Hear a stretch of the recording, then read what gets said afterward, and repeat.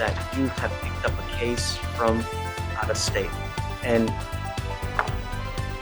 well, give me a second, and I will let you. But here, so we're not disputing the underlying charge. We're not fighting it. None of that matters. What we really here are all about is identity, right? Are you this person?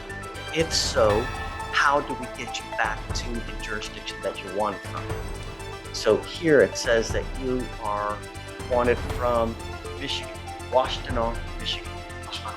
Yeah, Washtenaw County. And it says here that you're wanted out of there for armed robbery. So I know that you're going to tell me it's little bunnies jumping in the woods. It's not that big of a deal, yada, yada, yada. But my primary concern is public safety. We have enough death, dismemberment, and hysteria in Harris County as it is. I don't want any more blood on my hands. You know what I mean? Shh. So, your lawyer is asking to set you a bond, and I don't know, because if you were a public danger, I'm gonna have a hard time doing it. Like, Miss Chisholm's not even here. May I speak to her? Your lawyer's not here, so until your lawyer gets back, I'm not going to let you go. I'm going to bring you back out, but your lawyer's not here. I can't tell you that you're here. So I'll bring you back out here as soon as she gets back, and we'll go right through the rigmarole. Okay? Sorry, I didn't even realize she's not here. Mr. Thurman, you're back.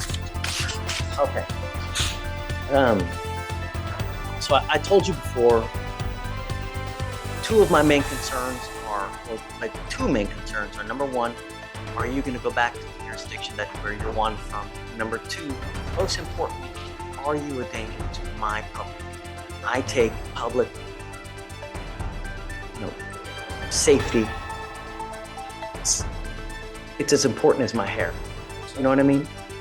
It's that important, right? Because I don't want anything to happen out there with my name attached to it. I try everything in my power to ensure that everybody's protected. And I see that you're wanted for a really serious case. It's an armed robbery, right? I mean, that's what you want. There's no denying it. That's what it says on the paperwork. He's on lifetime probation. Lifetime? There's such a thing as lifetime probation. Whoa. So that case. No, he did his time and he got out, and lifetime probation out of Michigan. So that's what's happened. I believe they got. How? On what? Aside from like a murder case. So he was charged with Garner. twice, along with 2 armed robberies. I wasn't charged twice with murder. It just shows up. It just shows up Oh, I twice. was charged Murder twice. along with the armed robbery and aggravated our jurisdiction. He's placed on probation since that time because he's been charged in our jurisdiction with aggravated assault with a deadly weapon and felony possession of a weapon. In those, he had bond conditions when he started off, where he was ordered to have a GPS monitor because he had multiple curfew violations on top of that. So I do believe he's a safety risk because even with literally an ankle monitor, he doesn't follow court conditions. And so I believe he's a safety and flight risk.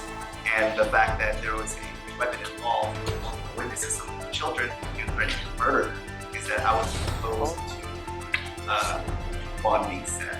Also, it should. This is where the hearing takes a serious turn. Prosecutors aren't just talking about the original warrant anymore. They're building a pattern. Lifetime probation, alleged bond violations, GPS issues, and a new violent charge all stacked together. Whether every allegation is ultimately proven or not, judges often look at the overall risk when deciding bond. If you were the judge here, would this history be enough to deny release? We noted that because of the way the probation was transferred, I can't confirm, so I can't approach on it yet. But from what I see in the system is that he moved the probation to Texas, which means there's an ICA. But I don't have the documents, which is why I can't present them. If there's an ICA, he's ineligible for a bond because that's an ICA. I don't have it, which is why I can't say. But if I get the documents, Interstate compact agreement. I understand. May I speak, Your Honor? Okay. After we talk about the probation, the GPS, curfew-wise, my judge knows all that's going on. So he knows every information in the line, and they have evidence before I list. He knows everything going on. You're not supposed to be.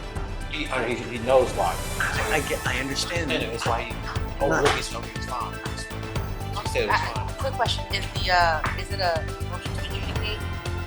although it's still open case, it's not under probation, but here he's asking if they do a bond violation report. They did on November 1st. They filed a motion to. Also, it's recent. It's very recent. So they've It's not this heard. Okay, and so there's not been a hearing on that yet, right? But that's even after the order. Also, he has further bond violation reports on December 18, 2023, another one on November 20th, 2023. That's after the event twice. He seems to be agreeing with this. So the fact that he has 3 violations on top of having lifetime probation and a possible IC, obviously still opposed for him. Why are you on lifetime probation? It's the way they set it up as to complete What are you on probation for? the armed robbery conspiracy could be armed robbery. I did 5.5 years. Came home on lifetime probation. And to continue what I would say sound like a threat to a flight risk. It can't be a flight risk. Every court that they set, I came every single time. Every court that Michigan have set, I flew out there every single time. I knew I was getting locked up Monday. They told me on Thursday, I still showed up in court and got locked up. So there's no flight risk in this whatsoever if I've been showing up every single time. And you may be showing up, but at the end of the day, you continue to do what you want to do without regard to bond conditions. What do you mean by that?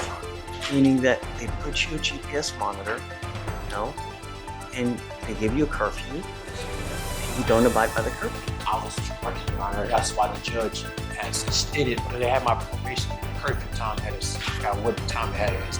I had started my new job, so I came and got locked up. I lost my job.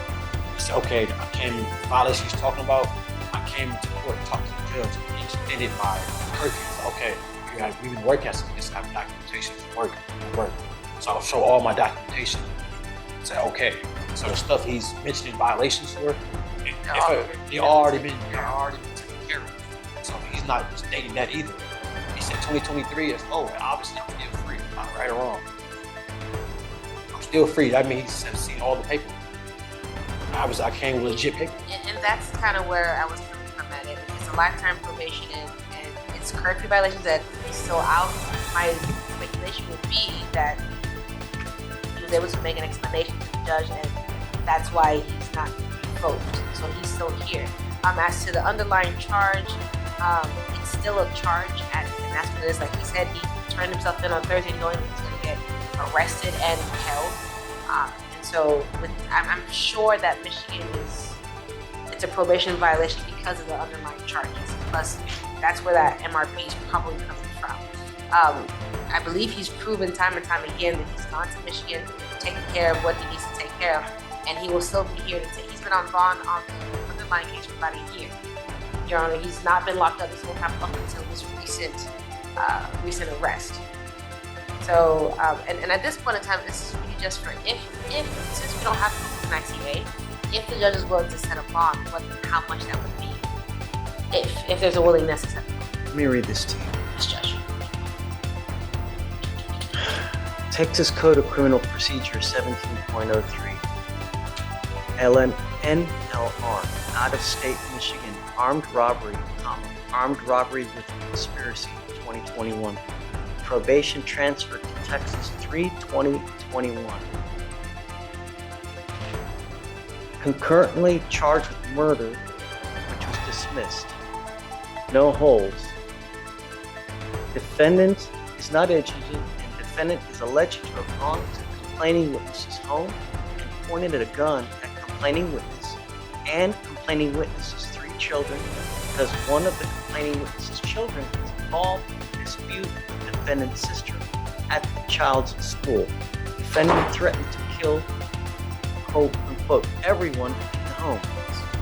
Defendant then left complaining witness's home and came back with defendant's father, both ready to fight complaining witness and complaining witness's wife. That's the aggravated assault that we have now. So, knowing that you're on lifetime probation for a very serious case, you know that you're supposed to be out there with a halo over your head. And yet, you pick up an aggravated assault with a deadly weapon, where allegedly the gun is pointed at kids. I mean, the way you're your mannerisms. Say something. That's wrong. But don't, though. You have this open case. I understand. Everything they can say, they can use it against you. My concern is public safety, man. You gotta understand that. I don't know if you're guilty of this offense or not, but the problem is bad stuff keeps happening to you for some reason. It's like somehow, sometimes people are their own worst enemy. They get out and then something happens and then they just end up picking up another charge. Like, oh, you pick up another charge, you pick up another charge here, you pick up another charge there, you don't follow along the person here. You know, Mr. Thurman, you scare me. Can I scare you, Your Honor? This exchange is becoming much more personal than legal. The judge openly says, "You scare me," while Mr. Thurman pushes back, insisting he stayed out of trouble for a year. Moments like this can dramatically shape the tone of a hearing, because credibility isn't just about documents. It's also about how each person comes across in court. Yeah, And I've been out for a whole year since this case happened. This is my first time being in this courtroom again, and you're fearful of safety. I've been doing nothing but working. that's not true. That has been true. I've been out for a year on bond. Not been to no courtroom. Well, it's one jump shoot, I should say. Your I courtroom, mean, anybody's you want courtroom. me to reward you for I'm being saying, a good but you say you're in fear. You say you're in fear for safety. That's what I'm saying. Like, Yeah. who you're in fear of, I'm not being in any trouble whatsoever. I've been squeaky clean. I find it out. And Your Honor, to You don't get rewarded for being a good person out there. You know what I mean? You're supposed to be like that anyway. I understand that wholeheartedly, Your Honor.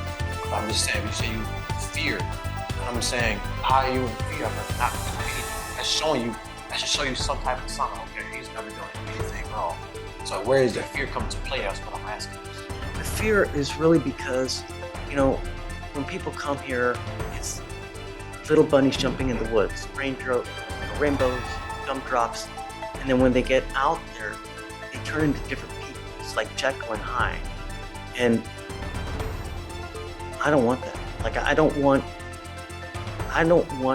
someone out there to suffer because we let you out. I let you bond out. You got an armed robbery, an ag assault. Continue to violate conditions on those bonds, right? That shows me that you're not willing to abide by bond. I mean, quite frankly, you're lucky to even be out on those charges with the ankle monitor, and you continue to violate. Your Honor, you keep saying violate. Like, if I was in violations I have on file, by the way, those have been taken care of. Once again, you keep on saying violations have been taken care of. I was a felony court judge, seeing I have proven, what's the word I'm looking for? Proven, facts that this is why I'm late. I have a new job. I got fired. I got arrested for a job. So I started a new job. For me having a felony in my position, just call it with a young black man with a felony, it's hard for me to get a job anywhere. So the jobs I do get, I take up on those. So it's hard. When any shift they opened up for me, I take it, show my work ethic too. I let the judge know that. He sees that. He understands, okay. That's why we keep on bringing up violations. I have to work. I have to eat. I have a house to live in, like anybody else here. So you keep on bringing that up. I keep saying, I already talked to the judge about it. Granted it already. You let it go. That's why I'm still free to this day. Well, was free to this day. You keep bringing that up. You're saying fear, just understanding everybody gonna have fear. I have not been to any trouble. I've been working for a whole year. I've been on my P's and Q's. And like you say, this report that you're reading, sir, and it's still open, so I can't really speak on it pretty say much. But it's a lot more to than what you just reading on this. There's always gonna be video cameras and house read cameras, body footage, a lot more things. It's just not gonna be able to read off the police report. It's understandable. Just too much blood, Mr. Thurman. I'm sorry. I can't take the arm. Sorry. It's just too much. I'm sorry. Hey, this Do isn't. not walk away. This isn't. I said, okay, it's fine. I understand that you're hurt, Mr. Thurman, but look, I've been doing my best, y'all. Y'all say he telling me I'm the bad guy and I've been doing nothing. My best of my abilities, working, staying out of trouble. You say you're a threat, and I'm a threat to society. Really? For a whole year I've been out? It's just not an issue. One for me just now recently. And I come and turn myself in, I'm a threat to society. You fear me for what? Turn myself in, show you that I'm not running for nothing. I'm not running for anything. I'm innocent. I'm coming to show you I'm innocent by turning myself in. But y'all a threat. You're like, oh, Stop. you're like, oh. You do not tell me your job. You're like, oh, you got my arm. Guys, relax. That's all I said. Grab me. Look how you grab me up. Look how they grab me. I said, you let me go a little bit. I'm calm. I just asked him a question. I asked him a question. That emotional ending escalated fast. Court deputies immediately stepped in once tensions rose, which is standard courtroom protocol whenever officers believe a situation could become unpredictable. But here's something to think about. Did frustration get the better of Mr. Thurman? Or was this simply someone reacting emotionally after hearing a decision they knew was coming? Let me know where you stand. Let me go a little bit, sir. That's all I said.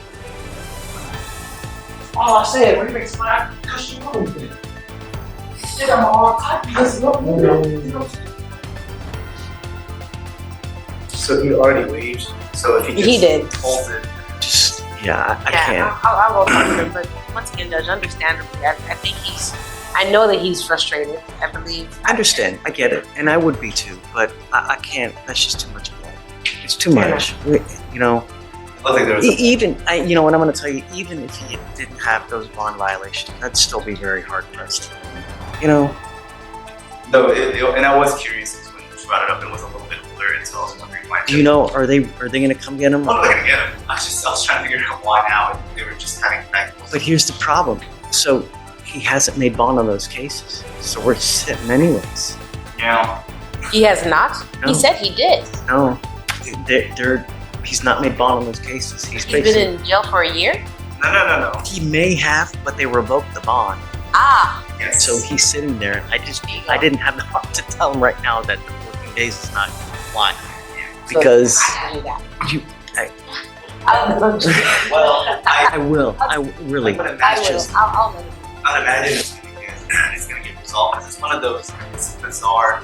So we revoked. Harris County revoked because Michigan revoked because it was charged with the act. So it's a chain of events because the only thing the court sees is that they revoked So- the location, which is causing. Please let him know that days hasn't kicked in. It will not. It will not kick in. Resolves. Right. And either he resolves the cases. So which Okay. one does he need to resolve first in order for Well, the felon possession of weapon. There's. Is there an offer? No, it's going to trial. That's why it's going to be set up. It's a separate jury trial, I believe. 4 Really? times? One, Yeah. 2, 3, 4, 5. Yes. 5 times? Judge. Next time it's January 6, 2025. But he's held on $55,000 bond for the assault and $55,000 for the assault. So he has to come up with $110,000 for. Wait a second. So So it doesn't matter what you did today. can't. Right. Even if I gave him a bond today, he would still have to make those bonds. $110,000. So my question now is, when did that warrant for the felonies pick? Because he's saying he's been out for a year ever since this I'll ag find assault got picked up. I show a remand defendant custody on November 18th, but I don't know what the previous. So the only reason why his felony bonds got revoked was because Michigan revoked. Oh no, it doesn't. But we don't know that for sure. Yeah. Because it doesn't. There's no notes that reflect why they revoked the bond. It just says court directed remand defendant in custody. Let me see if they give an explanation. Okay. It's remand custody violation of court. Asterisk. And here's the twist many viewers might overlook. Even if this judge had granted bond today, it likely wouldn't have changed Mr. Thurman's situation. Other pending holds and revoked bonds meant he probably wasn't leaving jail regardless. Sometimes the biggest courtroom decisions turn out to have almost no immediate practical effect. And that's exactly what makes hearings like this so fascinating.